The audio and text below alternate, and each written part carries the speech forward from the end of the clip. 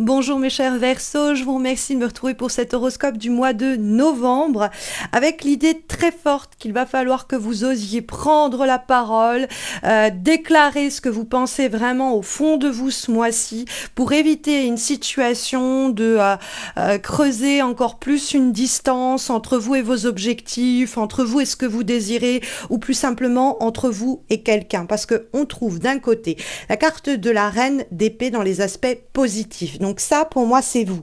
Même si ça peut être quelqu'un d'autre aussi Verseau ou quelqu'un Balance ou Gémeaux, on y reviendra. Instinctivement, je me suis dit que la carte apparaît dans ce qui va vous être utile et profitable pour peut-être vous rapprocher de quelque chose qui vous tient à cœur, voire de quelqu'un. Et la reine d'épée que nous trouvons dans les éléments positifs, c'est une carte où on se fiche bien de mettre les formes. Tout ce qui nous intéresse, c'est délivrer le plus sincèrement et justement possible notre message. La carte de la reine d'épée, c'est l'idée de ne pas se soucier de tout ce qui est un peu emballage, pourrait-on dire. On ne va pas emballer la vérité dans un petit papier cadeau pour que ça fasse plaisir. Le but, c'est vraiment, avec la reine d'épée, de dire les choses telles qu'elles sont et de ne pas déformer le fond du message par la forme qui ne serait pas appropriée. Donc la reine d'épée, elle fait preuve de diplomatie, ne vous détrompez pas, elle est pleine de tact également. Mais elle ne va pas enjoliver la réalité. Elle ne va pas chercher à arrondir les angles quant à ce qu'elle pense être sincère, être juste, être vrai, quand elle va prendre la parole. Or, cette reine d'épée, elle vous est bénéfique. Donc, soit c'est quelqu'un qui va être votre avocat ou votre avocate dans les semaines qui viennent et vous pouvez terriblement lui faire confiance, elle va vraiment vous défendre corps et âme, bec et ongles, soit plus simplement, et c'est ainsi que je l'ai entendu, eh bien la reine d'épée, c'est vous, et dans une affaire donnée, quelle qu'elle soit, que ce soit au boulot, sur l'aspect matériel, dans les enjeux personnels, familiaux ou amoureux, la reine d'épée nous préconise de dire la vérité, peut-être un peu crûment d'ailleurs, et également de vous faire confiance sur les raisonnements que vous tirez à observer certaines situations. C'est-à-dire que la reine d'épée, elle a un esprit terriblement critique. C'est une femme ici, bon ça peut être un homme, qu'importe, c'est le rôle de conseiller que les reines vont tout particulièrement porter, mais il y a cette idée en tout cas de réussir à bien évaluer, à bien juger les motivations psychologiques et les ressorts émotionnels qui poussent telle personne à dire ceci ou qui poussent telle personne à agir comme cela, et à bien comprendre aussi sur un plan plus stratégique, et bien justement les stratagèmes qu'utilisent certaines personnes, les faux semblants derrière lesquels ils se cachent, etc. Elle a cette acuité-là, cette perspicacité-là et cette intelligence à décrypter ce qui est dans la véracité et ce qui est dans l'illusion, qui peut être des qualités qui vous sont propres dans les semaines qui viennent. Donc faites-vous confiance à ce propos et n'hésitez pas à faire entendre votre voix à cet égard. Maintenant, ça peut être quelqu'un d'autre, comme je vous l'ai dit, Gémeaux, Balance ou comme vous, Verseau, qui pourrait être vraiment d'une grande écoute, d'une grande aide. C'est une personne qui est votre allié dans une situation où elle peut, cette personne, vous conseiller, vous guider, ou comme je vous ai dit, être éventuellement un médiateur pour prendre la parole et défendre votre situation auprès de la personne que vous cherchez à atteindre dont vous aimeriez qu'elle entende votre parole ou votre projet. Parce que nous avons la tempérance qui apparaît dans le cadre de l'issue de votre mois de novembre, et qui peut être vraiment l'idée de quelqu'un qui va se charger de faire la médiation entre vous et une institution, entre vous et quelqu'un. Ça peut être vraiment le maillon manquant, le chaînon manquant pour vous permettre de atteindre des objectifs que vous pensez à tout jamais hors de portée. Parce qu'on sent qu'il y a un risque autour de cela, l'idée de quelque chose qui ne tient pas sur du long terme, ou quelque chose qui est comme un élastique qui est en train de devenir trop lâche et qui ne peut plus tenir. Donc comme si les joints devaient être changés, quoi. Et donc ça, on le sent dans le cadre d'une relation, dans le cadre d'un projet, dans le cadre d'un boulot ou d'une problématique quelconque, et en parler, en discuter avec les personnes concernées, mais aussi autour de vous pour voir si on peut peut pas vous filer un coup de main, si on peut pas vous aider à mieux évaluer les choses, ça peut vous être terriblement profitable et éviter, on va dire, l'hémorragie. C'est un terme un peu fort, mais comme on trouve à la fois en vibration et dans les obstacles, donc en vibration le 6 d'épée et dans les obstacles le 10 de denier, on a cette idée de se distancer d'un objectif que l'on s'était fixé à long terme. C'est-à-dire qu'on est soit en train de convoiter une finalité heureuse qui va nous apporter un engagement durable, où on va être tranquille sur les années à venir, ou une relation dans le cadre de laquelle on veut s'engager sur du long terme. Or, le 6 d'épée nous dit que on n'arrive pas à atteindre cette berge-là, cette rive-là, c'est-à-dire on se met en route en essayant de l'atteindre, et puis il y a toujours quelque chose qui nous ralentit et la situation reste dans un entre-deux fort désagréable, hein, c'est-à-dire qu'on nous dit oui, vous allez avoir cette promotion, mais on nous fait galérer, et on est comme ça entre le boulot qu'on est sur le point de quitter, mais dans lequel on est toujours, celui qu'on voudrait rejoindre, mais qu'on n'atteint pas encore, et le sentiment que cet objectif que l'on vise depuis longtemps, ou cet objectif qui va nous permettre d'atteindre une sécurité sur du long terme, c'est toujours un peu plus loin, quoi. C'est j'y suis presque, non, il y a encore un petit peu de distance. Et donc il y a cette idée d'une distance comme ça qu'on n'arrive pas à réduire, donc une distance qui peut être des fois physique, hein, vraiment géographique, mais surtout une distance métaphorique. Mais il y a plus que cela aussi, avec le 6 d'épée et le 10 de denier, je vous ai dit, cette idée d'un élastique sur lequel on a trop tiré et qui est en train de se détendre comme ça, et puis il fait plus son boulot et il permet plus de serrer les choses qu'il doit resserrer.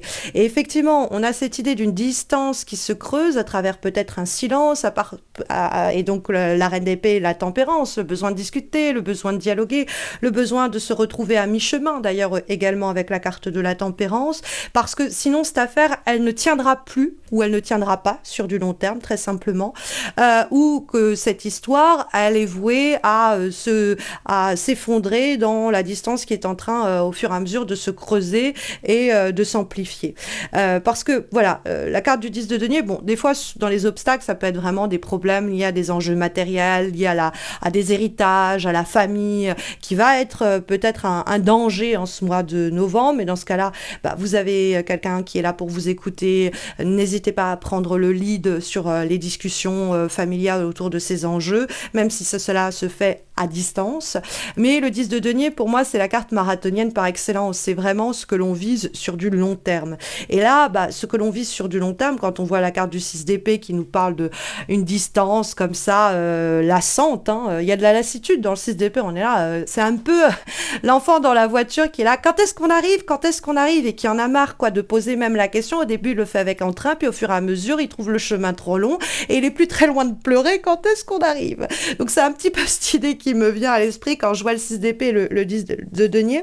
Mais vous avez vraiment du coup moyen de interrompre cet espacement, écartement, éloignement, en prenant le lead sur la parole, en osant initier peut-être des dialogues de fond, ou peut-être éviter que cet objectif que vous visez sur du long terme ne s'éloigne de plus en plus de vous, parce que justement vous allez avoir ce côté incisif, vous allez oser parler et pas tourner autour du pot, ou vous allez être peut-être aidé par une personne qui va participer à faire que la vérité éclate, ou que les choses soient dites, hein, très simplement. Alors, comme avant-dernière recommandation et guidance, mes chers Verseaux, pour ce mois de novembre, nous avons une lame issue de l'oracle de la sagesse runique, et nous avons Air, la guérison.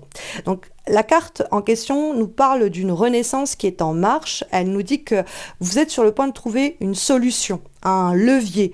Ça peut être une bonne idée, une bonne attitude qui va vous permettre de recourir toutes vos capacités, tout votre morale, toute votre vigueur, ou même carrément de nouvelles forces. Vous allez peut-être même reprendre le combat et dépasser certains blocages. C'est vraiment une carte baume apaisant, hein. Alors, sur le plan amoureux, par exemple, les couples qui ont connu des difficultés vont avoir ici l'opportunité de guérir de leurs blessures, de refermer les plaies, de laisser ça derrière, une sorte de convalescence comme ça amoureuse. Idem pour les d'ailleurs célibataire, où une nouvelle relation peut se présenter à vous. Quant au travail, il y a cette idée que, évidemment, tous les métiers en lien avec la guérison du corps, de l'âme, de l'esprit sont favorisés. Il faut persévérer dans cette activité. Et sinon, de façon plus générale, c'est l'idée que le domaine pro connaît un nouveau tournant positif après une période où il y aura eu pas mal de blocages, d'épreuves, de ralentissements. On a quelque chose qui, ici, s'améliore et nous permet d'évoluer plus sereinement. Et comme dernier élément de guidance pour les semaines qui viennent, nous avons, mes chers Verseaux, une lame issue, cette fois-ci de l'oracle Earth and Bone, et nous avons la carte visionnaire, qui nous parle de confiance, passion et estime de soi.